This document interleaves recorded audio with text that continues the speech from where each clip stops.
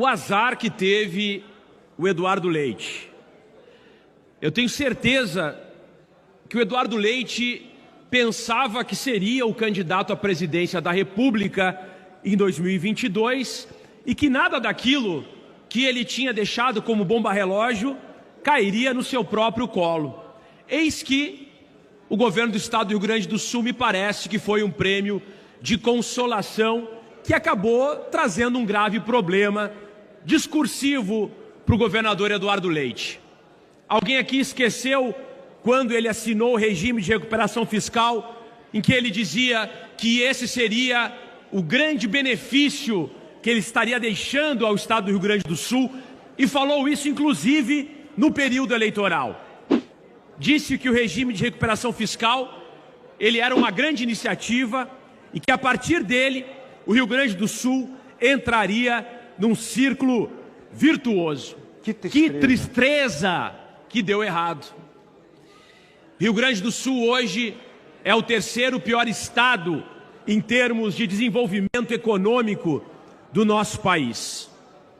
Também me lembro que o governador Eduardo Leite, numa tentativa insana de tentar se reeleger governador, aí já era um candidato a governador, requisitou para que seu governo cortasse e apoiou, inclusive, a iniciativa do governo federal de cortar o ICMS sobre os combustíveis.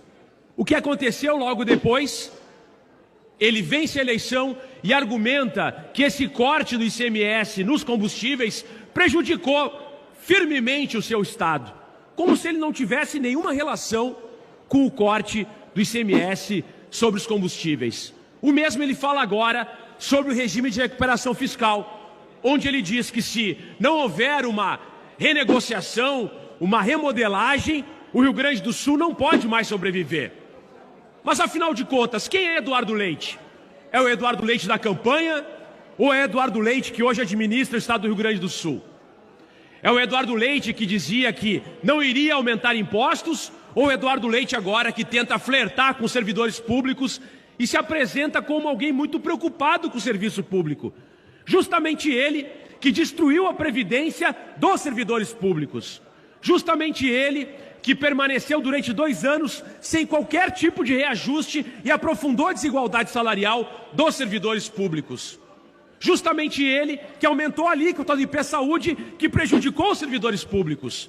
E agora ele diz que não pode mais prejudicar os servidores públicos, que os servidores públicos não podem dar o seu sacrifício. Mas quem é que fez todas essas políticas nos últimos 6 anos? O governador Eduardo Leite. Ele próprio, o defensor do Estado mínimo, o defensor que dizia que o Estado do Rio Grande do Sul gastava demais com servidores, com previdência, com IP-Saúde, e agora ele utiliza esses trabalhadores e trabalhadoras como moeda de barganha para tentar aqui na Assembleia Legislativa emplacar os seus projetos. Na base autoritária, como eu já falei, numa lógica praticamente de transformar a Assembleia em refém.